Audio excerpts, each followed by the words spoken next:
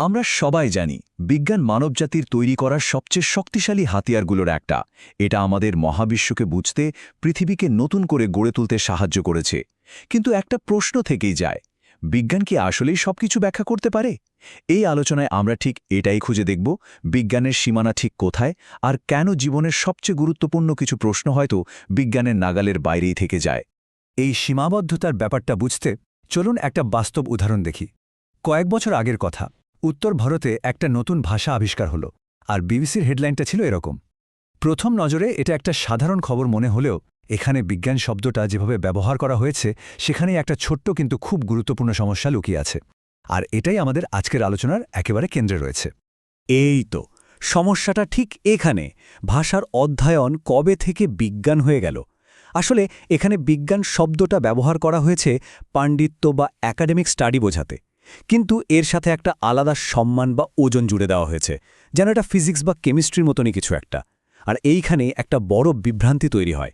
একদিকে আসল বিজ্ঞান আর অন্যদিকে বিজ্ঞান শব্দটাকে একটা সম্মানের তকমা হিসাবে ব্যবহার করা। এই ছোট্ট বিভ্রান্তিটার প্রভাব কিন্তু বিশাল, কারণ এর ওপরই নির্ভর করে আমরা কোন ধরনের জ্ঞানকে আসলে গুরুত্ব দেব। তো এই বিভ্রান্তিটা দূর করার জন্য আমরা কয়েকটা ধাপে এগোব। প্রথমে আমরা সায়েন্টিজম বা বিজ্ঞানবাদ কি আর এর সমস্যাটাই বা কোথায় সেটা নিয়ে কথা বলবো। এরপর দেখব বিজ্ঞান বলতে আসলে কি বোঝায় এবং এর পদ্ধতিগুলো কি কি। আর সবশেষে আমরা বোঝার চেষ্টা করব যে জ্ঞানের এই বিশাল জগতে বিজ্ঞানের আসল জায়গাটা ঠিক কোথায়। আচ্ছা, তাহলে শুরু করা যাক আমাদের প্রথম পয়েন্ট দিয়ে, সায়েন্টিজমের সমস্যা। এটা এমন একটা ধারণা যেটা বিজ্ঞানের যে আসল শক্তি তাকে তার সীমানার বাইরে টেনে নিয়ে গিয়ে একরকম বিকৃত করে ফেলে। সায়েন্টিজম জিনিসটা কি? খুব সহজ করে বললে এটা হলো এমন একটা বিশ্বাস যে জগতে আসল জ্ঞান যা কিছু আছে তা কেবল বিজ্ঞানই দিতে পারে। মানে জ্ঞান অর্জনের একমাত্র রাস্তাই হলো বিজ্ঞান। এটা কিন্তু শুধু একটা সাধারণ ধারণা না, এটা একটা পুরোপুরি বিশ্ব দৃষ্টিভঙ্গি, যা সোজা কথায় অন্য সব ধরনের জ্ঞানকে অস্বীকার করে। আর এই ভাবনার প্রভাব কিন্তু মারাত্মক। এটা বিজ্ঞান আর মানববিদ্যা বা হিউম্যানিটিজের মধ্যে একটা দেয়াল তুলে দেয়। মানে এই মতবাদ অনুযায়ী দর্শন, ইতিহাস, সাহিত্য বা শিল্প থেকে আমরা যা শিখি সেগুলো নাকি আসল জ্ঞানই না, ভাবা যায়। এর ফলে মানুষের হাজার হাজার বছরের সংস্কৃতি আর চিন্তাভাবনার একটা বিরাট অংশকে একরকম ছোট করে দেখা হয়। তো এই সায়েন্টিজম বা এই বিভ্রান্তিটা এলো কোথা থেকে? এর শেকড় লুকিয়ে আছে সময়ের সাথে সাথে বিজ্ঞান শব্দটার অর্থ বদলে যাওয়ার মধ্যে। চলুন দেখি কিভাবে এই পরিবর্তনটা হলো। দেখুন, আগেরকার দিনে একটা ল্যাটিন শব্দ ছিল সাইন্সিয়া। এর মানে ছিল যে কোনো গোছানো বা সুসংগঠিত জ্ঞান। এর মধ্যে ধর্মতত্ত্ব, ইতিহাস সবই পড়ত।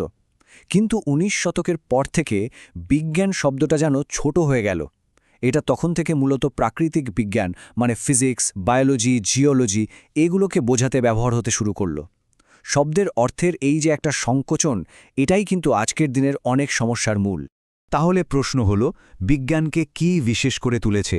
এটা কি নিয়ে গবেষণা করে সেটা না, আসল উত্তরটা লুকিয়ে আছে এর পদ্ধতিতে, এর কাজ করার ধরনে। বিজ্ঞানের যে অসাধারণ শক্তি আর একই সাথে এর যে সীমাবদ্ধতা, দুটোরই উৎস হল জ্ঞান অর্জনের এই বিশেষ পদ্ধতিটা। এই বৈজ্ঞানিক পদ্ধতিটা মূলত দুটো মজবুত পিলারের উপর দাঁড়িয়ে আছে। একটা হলো রিপ্রোডিউসিবিলিটি বা পুনরুৎপাদন যোগ্যতা, আর অন্যটা হলো ক্ল্যারিটি বা স্বচ্ছতা।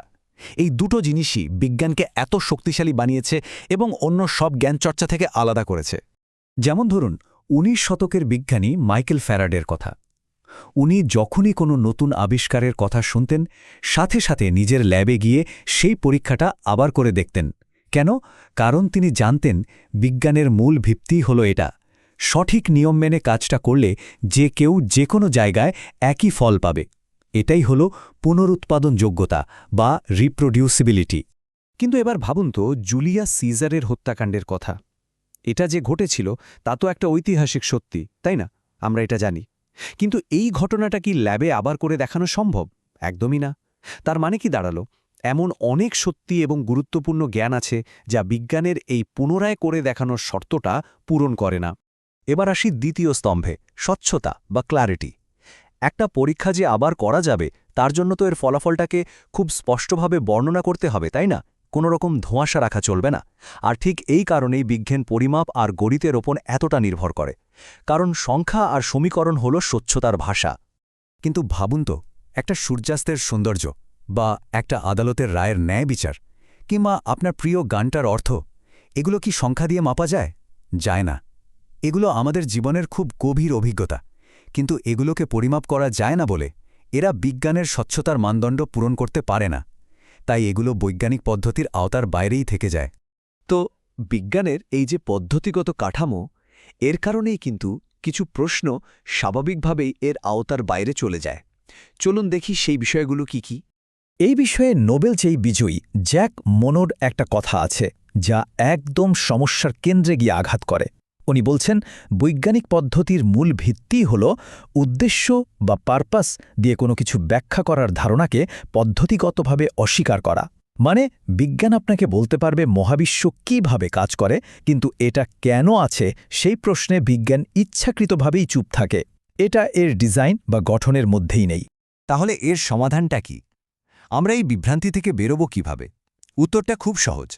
আসল বিজ্ঞান আর তার দার্শনিক নকল মানে সায়েন্টিজমের মধ্যে একটা স্পষ্ট দাগ টানতে হবে। এই স্লাইডটা দেখলে পুরো ব্যাপারটা পরিষ্কার হয়ে যাবে।